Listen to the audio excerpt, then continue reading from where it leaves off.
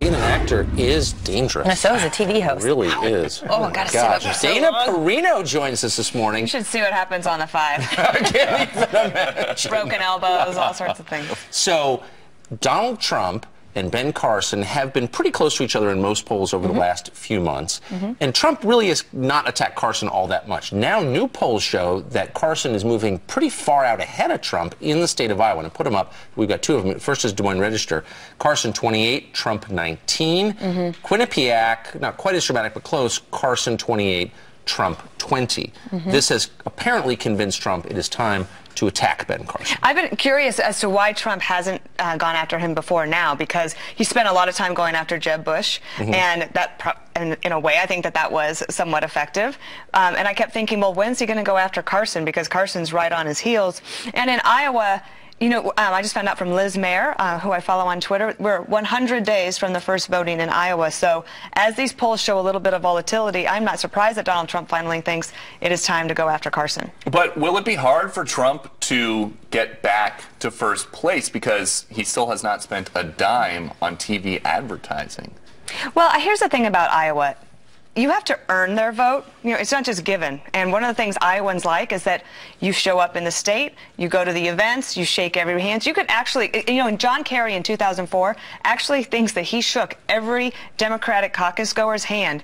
And he was about 10% in the polls right now. He goes on to win in Iowa in 2004. So it can be done. There's a little bit of volatility there. But Trump and Carson are so different that I don't know if people in Iowa are thinking, well, I could vote for Trump or Carson, both. I think they're thinking it's one or the other. And so I think he's got a little bit of trouble. Then why are all these career politicians, Rubio, Bush, Paul, Huckabee, Jindal, Kasich, Santorum, Christie, doing so poorly? No, I think that's a separate phenomenon, which is that people want an outsider. We've heard this loud and clear. People want someone from the outside, and Trump and Carson are two that are at least appealing to a lot of them. Interesting, though, neither of them spend that much time in Iowa. Ben Carson's been out on a book tour.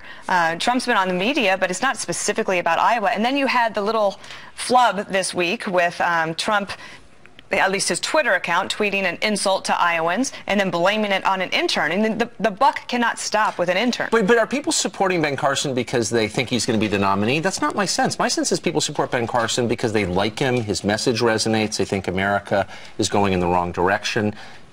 Do you get anything out of attacking a guy like that? Well, I think that all those things that you just mentioned, I think that, yeah, there are people who would think that's the kind of person I would want as my president and as my nominee.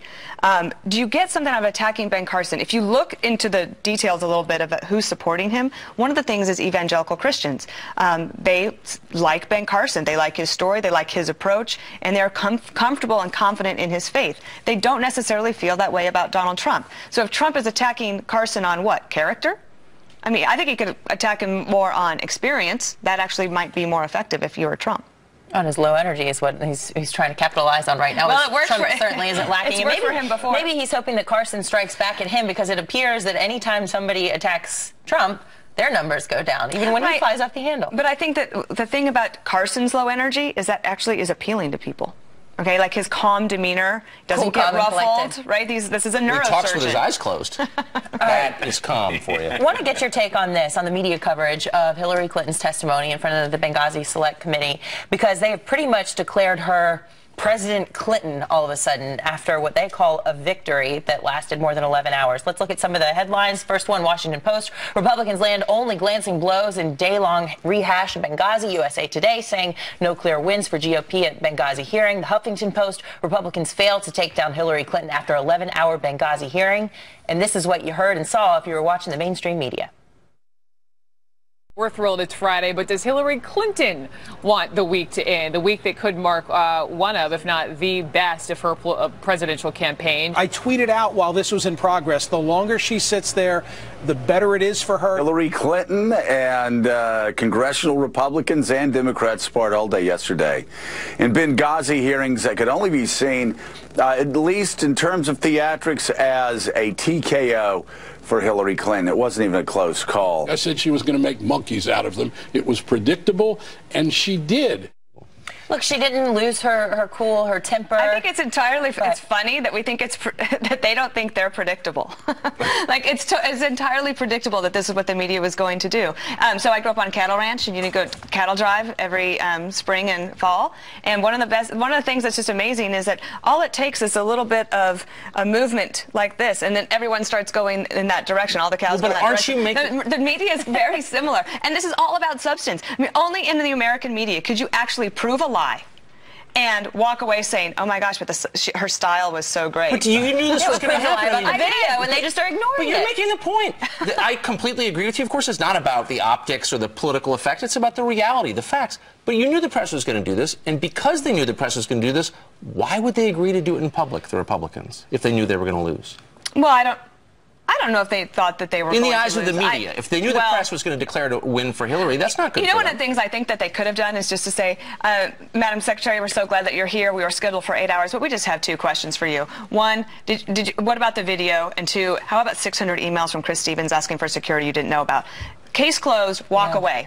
And then she wouldn't have had 8 hours to be so stylistically pleasing to the media. I think somebody's still going to probably ask her about that at some point before the election. But Dana is going to stick around for this. A decorated soldier killed in a firefight with ISIS. The White House, though, says not combat. It is a great American strength. It doesn't represent us assuming a combat role. Are they politicizing a tragedy for their own gain? So, Dana, why is it that the Pentagon and President Obama won't divert from calling this advise and assist when they've got guys going on hostage rescue missions in Iraq? Well, first of all, I think we should point out that this is obviously a heroic effort. And people that are willing to go into the special forces, they're always in a combat role. So in a way, this might be a little bit of semantics. But I think the point is that this administration, President Obama, remember, they didn't want to call it the global war on terror. And they would not ever budge on saying that. And I think that they've got their marching orders from the White House. Do not call this combat. I don't know why the word games matter so much to them, unless they think if they're in combat, then they're going to have to show a strategy to actually win a war, rather than just saying degrade and destroy, which basically it's the same thing, but we're arguing over semantics. And yes, I think that in this case, you could say that the administration is pointing to this, saying, look at this heroic effort, but not willing to call it combat. But then again, I think that we are also kind of doing the same thing to the president. We're arguing about semantics when we actually are in a situation that is very dangerous. Well, what I'm bothered by, and you can assess this because you've actually been there, I'm bothered by the unwillingness to speak English clearly. Yes. Here's Ash Carter, the defense secretary, and his explanation for what happened. Watch. Could you please explain how more raids fits with no combat troops? We have this capability. It is a great American strength. It doesn't represent us assuming a combat role. It represents a continuation of our advise and assist mission. This is combat. Things are complicated. This is someone who saw the team that he was advising and assisting coming under attack, and he rushed to help them. And made it possible for them to be effective. And in doing that, lost his own life. So when you have Americans firing weapons at people who are firing weapons back at them, that's combat, isn't it? Well, let me give you another example, though. Remember the young girls that were taken hostage and kidnapped in Boko Haram? If Special Forces had been able to go in and rescue them, and one of ours had died in that effort, would we have been arguing about, are we in combat against Boko Haram? We probably would not have. And part of this is the definition of what is a terrorist and who is your enemy. And the administration, admittedly, they don't want to say that the president's at war. He's going to be the peace president. We're not going to be at war. The problem is, war has come to us, even if it is fighting over there. But special forces, they do brave and heroic things, and they're not always in a combat role. Yeah, you can't always make good on your campaign promise if you're dealt a different hand of the cards than you thought you were going to get. Exactly. The important thing from this, though, is that he should be eligible for combat decorations, and he will be, and his family will also be eligible for the same benefits. They should do right by him, absolutely.